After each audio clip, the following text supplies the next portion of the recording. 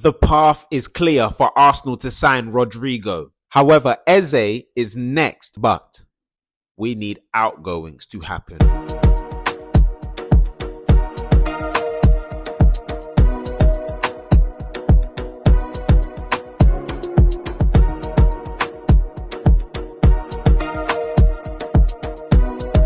Yes, people, then welcome back to RASenal TV and welcome back to the RASenal Transfer Center. I hope you're all blessed and well. Respect to everyone that's been locking in, subscribing and liking, and in the comments as well. I need to apologize and make sure I get back to my comments because I've been neglecting my comments. It's just been very, very busy.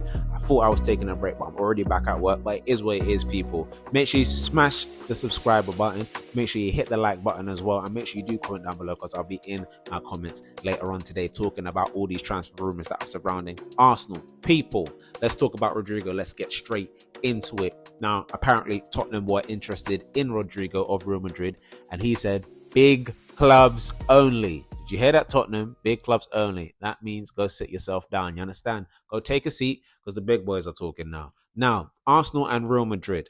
Real Madrid and Xabi Alonso have actually been talking about his potential exit to Rodrygo. Now, we already know that Arsenal are absolutely interested in Rodrygo. Their recent interest had cooled over recent weeks with the signing of Madueke and everything else, but I still believe we do still need a left winger, and Rodrygo is still a brilliant option out there. Now, yes, he's going to cost a lot of money.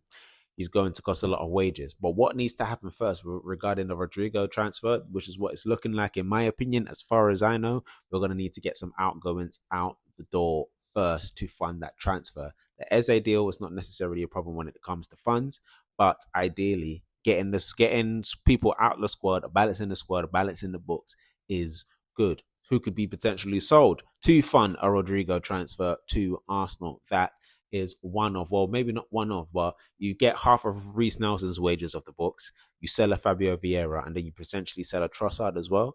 There's your money. There's your money for a Rodrygo, absolutely, to come in the door. But some people are saying that it could depend on, obviously, that we've been saying for the whole Arsenal transfer sentence since we've been here, people. It may depend on Trossard or Martinelli leaving the club, so we need to see what happens on that front. But absolutely, outgoings need to happen first. Now, as I said at the beginning, the path is clear for Arsenal to sign Rodrygo because PSG are not interested.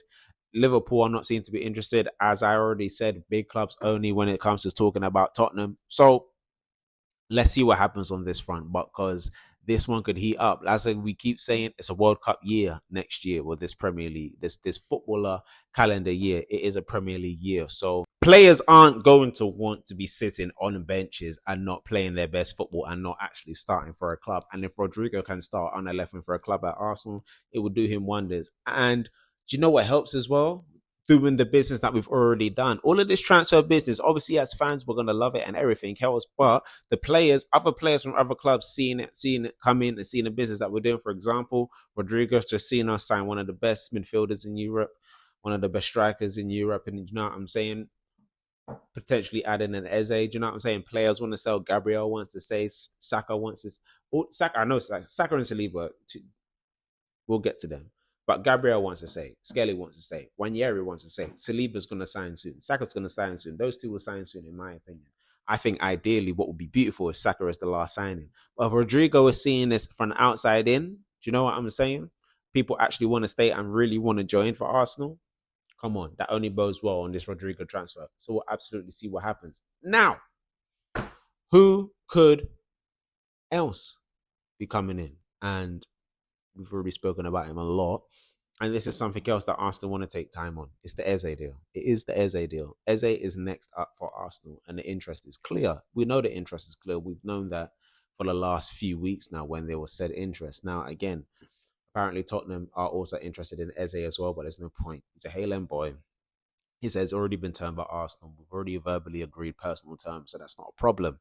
It's not a problem. The problem, or is the thing that might cause the most trouble, is the fee and getting that over the line. Ideally, Crystal Palace want 68 million up front, or most of it paid up front, or paid within around 2 years' time, within 24 months' time, so paid quickly. Arsenal can do that. But with the way Berta has been very shrewd in the transfer market, getting prices down for transfers with the Gyökeres deal, with the Mosquera deal.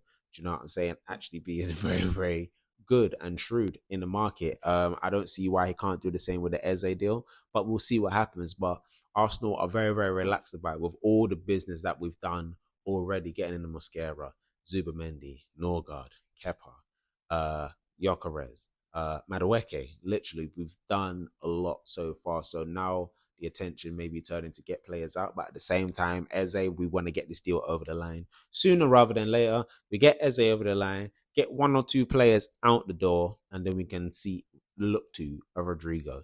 But that is Eberici, Eze, and Arsenal definitely do want to play. And like I said, a bid should be incoming this week at least. So we'll see on that. But that's Eberici, Eze, or Crystal Palace. Now, last but not least, we're going to talk about Fabio Vieira, and Fabio Vieira is an option for West Ham. There is interest there from West Ham for Fabio Vieira, but no direct bids have been made yet. They are interested in the player. Arsenal value him around 30 million, between 25 to 30 million pounds. So, will West Ham go for the deal? Apparently, they're currently interested in another midfielder at the moment, but they are on the list. They are on the radar of Fabio Vieira's on their radar.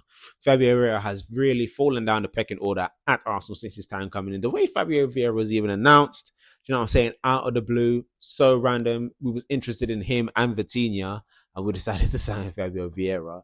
I saw the cookie crumble sometimes, you know what I'm saying? We can't win all of them. We did get brilliant midfielders in like a Declan Rice, like a Zubamendi as well. Do you know what I'm saying? So it's not all bad at the end of the day. And Odegaard as well. But yeah, Fabio Vieira hasn't been the midfielder also I've wanted or that we thought he was going to be. He was said that he was potentially a bit too lightweight for the Premier League, and that's what it seemed. Well, he's not what Arsenal need right now, and he seems very much surplus to requirements. He is still on holiday from the Club World Cup, but I don't see him joining up with Arsenal squad anytime soon. He may get some games in the Emirates Cup and this, that, and the other, but Fabio Vieira's time at Arsenal is very limited, and it seems that it's coming to an end. So yes, and last but not least, people, it is Stan Kroenke's birthday. And you know what? This transfer window, has he spent any money? You know what? Bless up yourself, Stan Kroenke. Not going to be bad, man. Bless up yourself. That's what I'm going to say. That's what I can say. That's what my mind wants to say. Just bless up yourself. Right, people, then. That has been the RASenal Transfer Center. I hope you've all enjoyed this show today. Sorry if it's come to you late. They may come to you a bit later than usual. But you know what? News may come throughout the day, whether it's breaking news or this, that, and the other, big news. And it may just come straight to you at that point. But regardless, I'll make sure to get these videos out to you regardless every single day. All right, people, love and guidance. Make sure you subscribe that subscriber button if you are new. Make sure you smash the like button. Make sure you show some love in the comments, and we'll be back again tomorrow. Love and guidance, people. Peace.